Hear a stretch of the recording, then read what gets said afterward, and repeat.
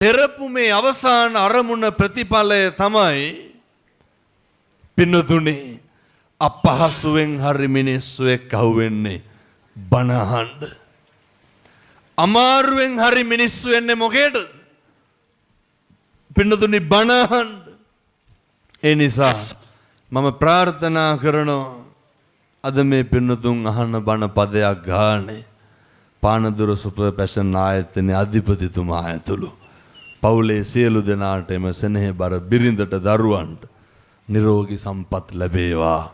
ව්‍යාපාර ලෝකේ ජයගන්න සියලු දෙනාගේ සාදුකාර මැද්දේ සම්බුද්ධ ශාසනය වෙනුවෙන් ඔබතුමාට අප වෙන්න කැප වෙන්න සමාජ සත්කාර වෙනුවෙන් කටයුතු කරන්න දසදහස් ගාණක් මිනිස්සුන්ගේ දුක සැප හොයලා බලන්න අවශ්‍ය යෝධ බලය යෝධ ශක්තිය මේ පින්කමේ